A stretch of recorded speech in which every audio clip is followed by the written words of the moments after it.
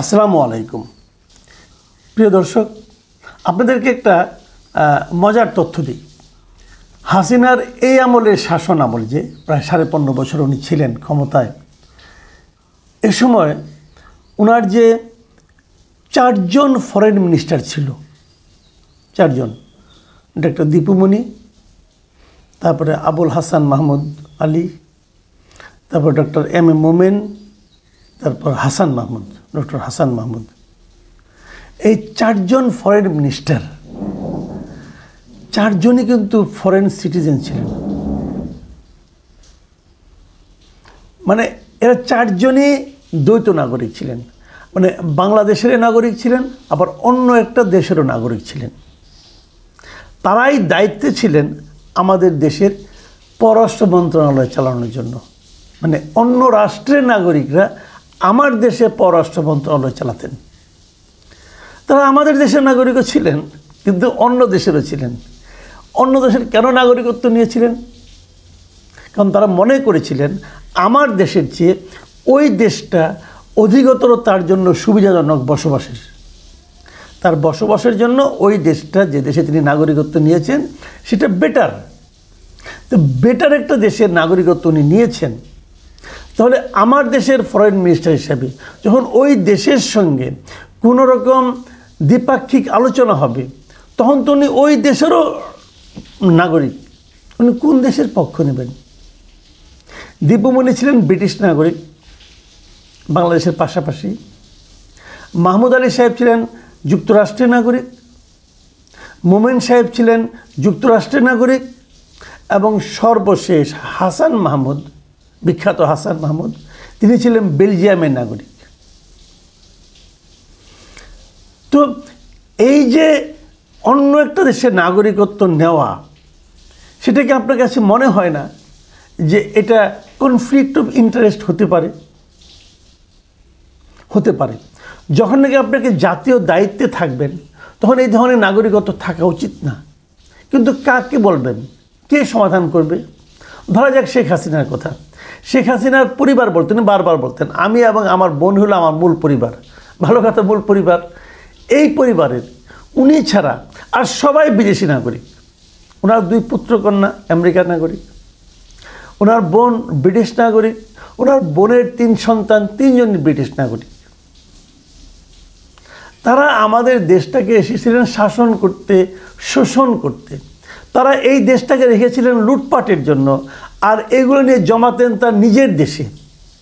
তারা যদি এই দেশকে ভালোই বাসবেন, তাহলে তো দেশের নাগরিকত্ব ছেড়ে অন্য দেশের নাগরিকত্ব নিতেন না। হিসাব কিন্তু সিম্পল একদম। আমি মনে করি একটা জিনিস, সেটা হলো আমাদের দেশে যত দুর্নীতি আছে, বড় বড় দুর্নীতি, এই দুর্নীতির মূল কারণ হলো এই দ্বৈত নাগরিকত্ব। দ্বৈত নাগরিকত্ব যারা আছে, যারা নাকি অন্য দেশেরও নাগরিক, আমার দেশের পাশাপাশি, এ দেশে জন্ম, এ দেশে কর্ম, কিন্তু তাদের মূল লক্ষ্য হলো অন্য দেশে যে জীবনের শেষ সময়টা আরাম আয়েশে কাটানো, অথবা এখনই যে আরাম আয়েশে কাটানো, অথবা ওই দেশটাকে অধিকতর নিরাপদ মনে করা, অধিকতর নিজের মনে করা, এরাই হলো দুর্নীতির মূল কারণ। কারণ হলো এটা, দুর্নীতি যারা করেন তাদের মধ্যে একটা ভয় থাকে যে আমি তো দুর্নীতি করব, তারপর তো একসময় ধরা পড়লে তো আমার শাস্তি হবে। এদের মধ্যে ভয়টা থাকে না। তারা মনে করে দুর্নীতি করব, করে টাকাটা পাচার করে দেবো, দিয়ে ওখানে একসময় চলে যাব, আমার আর কীভাবে ধরবে? পারবে ধরতে এই সরকার এস আলমকে? পারবে না। পারবে ধরতে আজিজ খানকে? সেটাও পারবে না। আমাদের এখানে বড় বড় ধনী যারা আছে, এদের মধ্যে বিদেশের নাগরিক না, মানে দ্বৈত নাগরিক না, এমন আপনি খুঁজেই পাবেন না। কানাডায় তো একটা নির্দিষ্ট অঙ্কের টাকা দিলে সেখানে নাগরিকত্ব পাওয়া যায়। কানাডার বেগমপাড়া নামে তো একটা বিখ্যাত এলাকায় আমরা বলে থাকি যে ওখানে নাকি সমস্ত বড় বড় যারা নাকি রাষ্ট্রের দায়িত্বপ্রাপ্ত ব্যক্তি, আপনার রাজনীতিবিদ, মন্ত্রী, এমপি, এমনকি বড় বড় আমলা, এদের সবার নাকি স্ত্রীদের নামে ওখানে বাড়ি ঘর আছে, এবং তাদের মাধ্যমে নিয়মিত টাকা পাচার করে তারা ওখানে একটা বিশাল অঙ্কের অর্থ তারা সংগ্রহ করে রেখেছে। এখান থেকে দুর্নীতি করে যতটুকু কামানো যায় কামিয়ে শেষ মুহূর্তে সবাই তারা উড়াল দেবে ওখানে যে স্ত্রীর সঙ্গে, সন্তানের সঙ্গে থাকার জন্য। আমি এই জিনিসটা মনে করি যে এটাকে থামানোর এখনই উপায়। যেমন ধরেন পার্শ্ববর্তী ভারত, ভারতে কিন্তু দ্বৈত নাগরিকত্বের কোনো সুযোগ নাই, আপনি চাইলেও পারবেন না। আপনি যদি অন্য একটা দেশের নাগরিকত্ব নিতে চান, তাহলে প্রথমত যে কাজটা আপনাকে করতে হবে, আপনাকে আপনার ভারতের নাগরিকত্ব ছাড়তে হবে, তা না হলে আপনাকে দেবে না নাগরিকত্বরা। কাজে মানে পৃথিবীর যেমন সিঙ্গাপুরে, যারা সিঙ্গাপুরের নাগরিক হয়েছেন আমাদের দেশ থেকে, এদেরকে কিন্তু বাংলাদেশের নাগরিকত্ব ছেড়ে যে সিঙ্গাপুরের নাগরিকত্ব নিতে হয়েছে। এখানে যে এস আলম বলেন, আজিজ খান বলেন, তারা কিন্তু সেই কাজটা করেছেন, না করলে তাদেরকে সেটা দেওয়া হতো না। কাজেই তারা আসলে সিঙ্গাপুরের নাগরিক, বাংলাদেশে এসেছেন লুটপাট করতে, এখানে ব্যবসা বাণিজ্য করতেন, অবাধে লুটপাট করতেন, ব্যাংকের দায়িত্ব ছিলেন, ব্যাংকের মালিক পক্ষ ছিলেন তারা, সেই টাকা বিদেশে রপ্তানি করতেন, টাকাগুলি চুরি করে পাচার করতেন বিদেশে করে, সেখানে যেয়ে তারা শান্তির সংসার, শান্তির জীবন এখনও কাটাচ্ছেন। আপনি তো কারোর কাছ টাকা আদায় করতে পারছেন না। কাজে মূল ঘটনাটা হলো দ্বৈত নাগরিকত্ব বন্ধ করতে হবে। যদি কেউ দ্বৈত নাগরিকত্ব নিতে চায়, যে আমি অন্য দেশের নাগরিকত্ব নেব, তাহলে আপনি রাষ্ট্র পরিচালনার কোনো দায়িত্বে আসতে পারবেন না, কি এমপি কি মন্ত্রী হতে পারবেন না। এই নিয়মটা আমি মনে করি খুব জরুরি ভিত্তিতে করা দরকার।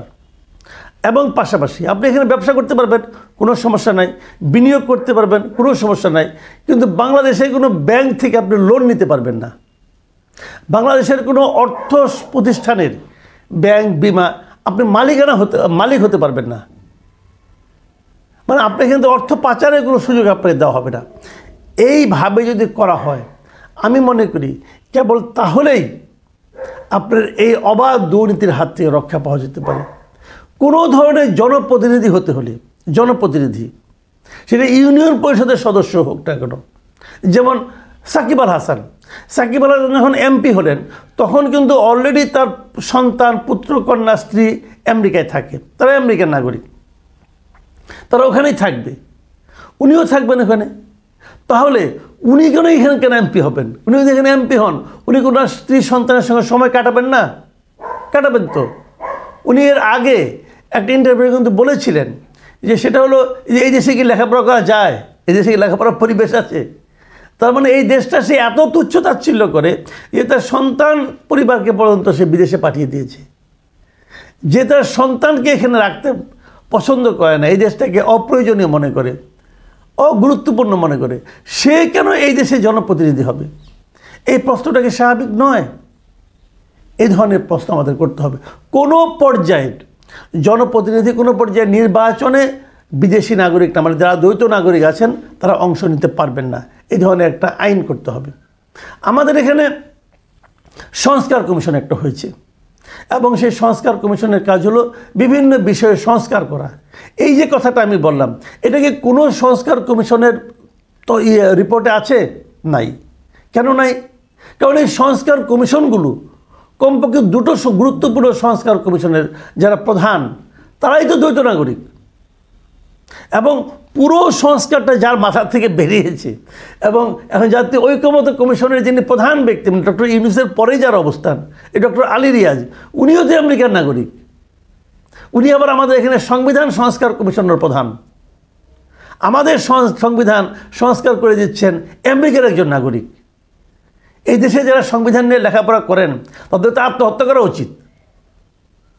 যে একটা রাষ্ট্রবিজ্ঞানের অধ্যাপক, বিদেশি ইউনিভার্সিটির, সে এসে আপনাকে বুঝিয়ে দিচ্ছে যে সংবিধানটা কি হবে, এবং তার লিখে দেওয়া সংবিধান এদেশে পরবর্তী সময়ে যুগ যুগ ধরে এদেশের সংবিধান বিশেষজ্ঞরা মান্য করে চলবেন। মানে এর চেয়ে বড় ট্র্যাজেডি আর কি হতে পারে? এবং আমাদের যারা সংবিধান বিশেষজ্ঞ আছে, এরা এতটাই মেরুদণ্ডহীন, এতটাই তারা কাপুরুষ যে এই কথাটা তারা প্রতিবাদ পর্যন্ত করার সাহস পায় না, বলতে পারে না এইটা ঠিক হচ্ছে না। তারা কেউ দু একজন যারা আছেন তারা অভিমান করে বসে থাকেন। একজন আছেন ডক্টর শাহদিন মালিক, ওনাকে প্রথমে এই কমিশনের প্রধান করা হয়েছিল, পরে ওনাকে বাদ দেওয়া হয়েছে। কেন বাদ দেওয়া হয়েছে এটা বলার মতো সৎসাহস এই ভদ্রলোকের নাই। এই ভদ্রলোককে আগে আমি খুব পছন্দ করতাম, কিন্তু ওনার এই কাপুরুষিত আচরণ দেখে আমি লজ্জিত হই এখন। উনি বলতে পারেন না যে কেন উনি এটা করতে পারলেন না, কেন ওনাকে বাদ দেওয়া হলো। উনি চুপ করে বসে আছেন, ভদ্রতা দেখাচ্ছেন। খুবই আনফর্চুনেট। তো আমাদের হয়েছে এই সমস্যাগুলো। আমি মনে করি বটম লাইন যেটা আমি বলতে চাচ্ছি যে দ্বৈত নাগরিক যারা হবেন তারা দেশের কোনো গুরুত্বপূর্ণ জায়গায় থাকতে পারবেন না। কারণ যখন তারা গুরুত্বপূর্ণ জায়গায় থাকবেন তখন তারা এ দেশের সঙ্গে সঙ্গে অন্য একটা দেশের স্বার্থের কথা ভাববেন, সেটা হওয়া উচিত নয়। এবং সব শেষ প্রশ্ন, ডক্টর ইউনূস কি দ্বৈত নাগরিক? আমি জানি না। তবে উনি দীর্ঘদিন আমেরিকায় ছিলেন, স্বাধীনতা যুদ্ধের সময় ছিলেন। কোনো একটা বিষয়বোধ আছে, দ্বৈত নাগরিক কিনা আমি শিওর না। আমি মনে করি ওনারও এটা ক্লিয়ার করা উচিত যে উনি দ্বৈত নাগরিক কিনা। তবে দ্বৈত নাগরিকদের প্রতি ওনার যে এক ধরনের সহানুভূতি, এক ধরনের বিশেষ কি বলবো সিম্প্যাথি ঠিক নয়, বিশেষ আকর্ষণ কাজ করে, সেটা বুঝতে পারি।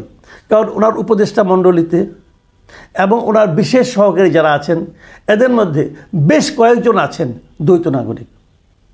বিদেশে থেকে এখন ওরা দেশপ্রেম দেখাচ্ছেন। এবং তারও যে বড় কথা, আমরা এটাও দেখি বেশ কিছু ইউটিউবার আছেন যারা বিদেশের নাগরিকত্বের জন্য ওখানে দরখাস্ত করে বসে আছেন, তারা আবার এই দেশের জন্য সবচেয়ে বড় প্রেমিক। আমার কথা হলো যে মায়ের চেয়ে মাসির দরদ কখনো বেশি হতে পারে না। প্রিয় দর্শক, এখন এ পর্যন্ত। আল্লাহ হাফেজ।